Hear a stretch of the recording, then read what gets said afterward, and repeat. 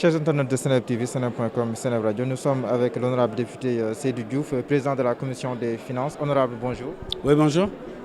Le texte portant restauration du poste de Premier ministre a été adopté à l'Assemblée nationale, mais il y a toujours des zones d'ombre. Mais avant d'en venir à ce sujet-là, que pouvez-vous nous dire à propos de ce texte qui a été adopté par l'Assemblée nationale s'agissant de la restauration du poste de Premier ministre?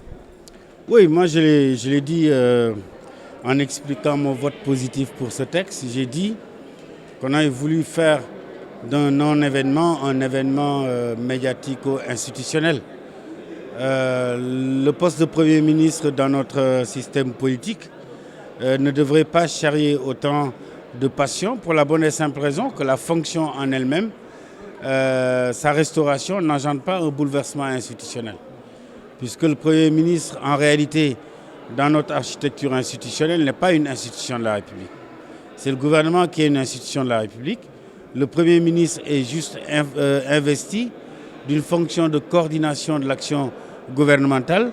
Et à ce titre, le Premier ministre est le premier collaborateur du Président de la République qui, lui, est chargé, à l'aune de son élection au suffrage universel, de déterminer la politique de la nation que conduit un gouvernement où il y a un Premier ministre ou il n'y a pas de Premier ministre. Donc, très franchement, je n'ai pas compris qu'on ait voulu faire autant de débats autour de cette affaire de restauration du poste de Premier ministre.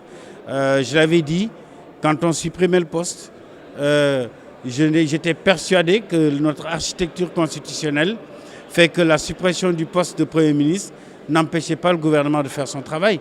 Le gouvernement a fait son travail sous le contrôle direct du chef de l'État, le président de la République, Macky Sall.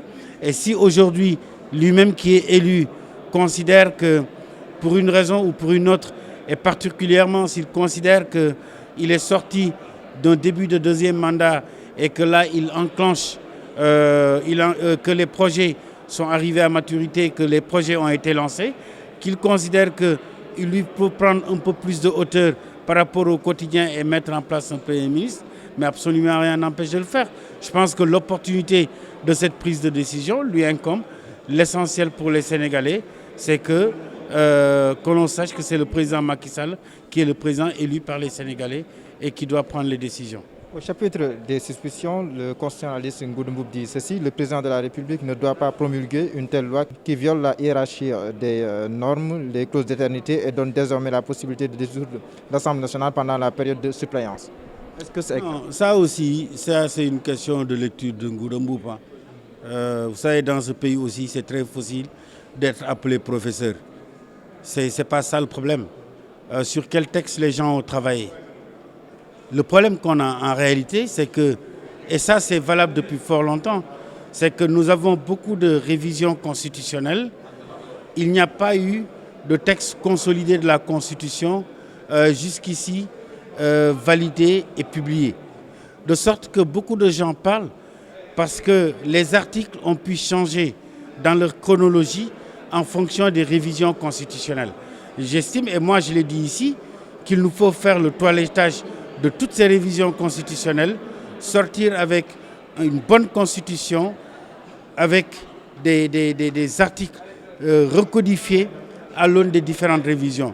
Mais il reste évident, et le ministre de la Justice même l'a dit, qu'il y a des choses qui ne sont pas possibles. Les clauses d'éternité, personne ne peut revenir sur ça. Personne. Et il n'est pas dans l'esprit du gouvernement, ni dans la lettre du texte qui nous a été envoyé, de remettre en cause les clauses d'éternité. C'est comme quand on parle de suppléance. La suppléance, là aussi, personne ne peut accorder à un suppléance les mêmes pouvoirs qu'un titulaire. De manière constante, dans notre constitution et dans toutes les constitutions du monde, les suppléants n'ont pas les mêmes prérogatives que le titulaire. Avec cette révision-là, ça donne le droit de dissoudre l'Assemblée nationale en période de... Non mais attends, c'est ça l'incohérence, parce que quand le président de la République est empêché dans notre constitution, qui assure sa suppléance? C'est le président de l'Assemblée nationale? Est-ce que le président de l'Assemblée nationale, qui tire cette légitimité parce qu'il est président de l'Assemblée nationale, assurant la suppléance, va dissoudre l'Assemblée?